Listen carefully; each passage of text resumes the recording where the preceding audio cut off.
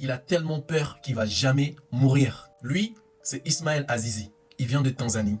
Et il a été déclaré mort. Pas une fois, pas deux fois, mais 6 fois. Et les 6 fois, il a été déclaré par des médecins agréés, des médecins professionnels. Et à chaque fois qu'il a été déclaré mort, il revient à la vie et personne n'arrive à comprendre comment ça se fait et comment c'est possible. La première fois qu'il a été déclaré mort, il était au travail. Et ce mec a eu un accident de travail, il était dans un état critique, on l'a ramené à l'hôpital. Quelques heures après, les médecins ont déclaré comme quoi il était mort. Et c'est pas juste simplement, on a dit genre il est mort comme ça. Non, on l'a ramené à la morgue et tout.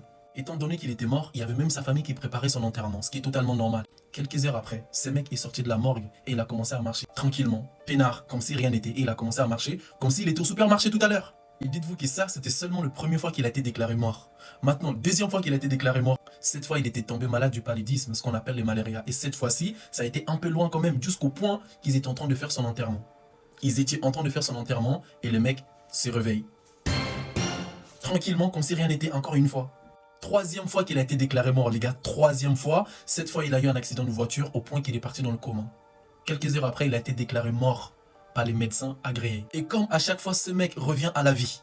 À ce stade, les médecins, ils sont choqués. Ils sont choqués, ils se disent, mais c'est qui ce mec? C'est une dinguerie. Donc, quatrième fois qu'il a été déclaré mort, cette fois-ci, il s'est fait mordre par un serpent. Ils l'ont ramené à l'hôpital et finalement, il a été déclaré mort par les médecins. Et ce qui est différent cette fois-ci et choquant à la fois, c'est qu'en fait, il est resté 3 jours à la morgue. Les gars, j'y répète, il est resté 3 jours à la morgue, enfermé. Et donc cette fois-ci, vu le temps qu'il a passé à la morgue, sa famille et son entourage sont convaincus que ça y est, Ismaël est parti pour de bon, on est tranquille. C'est bon, il nous a fait les coups à plusieurs reprises. Sauf que non, il s'est réveillé quand ils sont venus pour préparer son corps pour l'enterrement.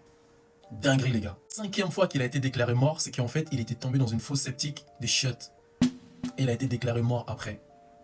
Mais comme par hasard, comme d'habitude, ce mec s'est réveillé encore. Et à partir de là, tous les gens dans le village, tout le monde a commencé à penser que c'était un sorcier. C'est un démon, c'est un fantôme, ce n'est pas un humain, etc. Et devinez la dinguerie qu'ils ont décidé de faire. Devinez la dinguerie qu'ils ont décidé de lui faire. Les gars est parti se coucher. Ils l'ont brûlé pendant qu'il est en train de dormir. Ils ont mis sa maison en feu. Et devinez quoi? Ils ont réussi jusqu'au temps qu'il s'est réveillé encore.